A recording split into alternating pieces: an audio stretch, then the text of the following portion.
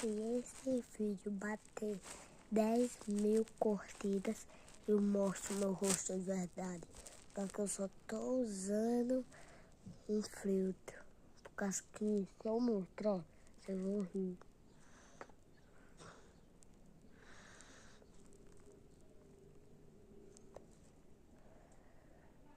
Mas obrigado.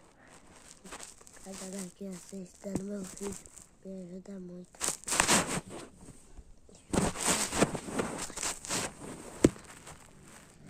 Aqui pra vocês.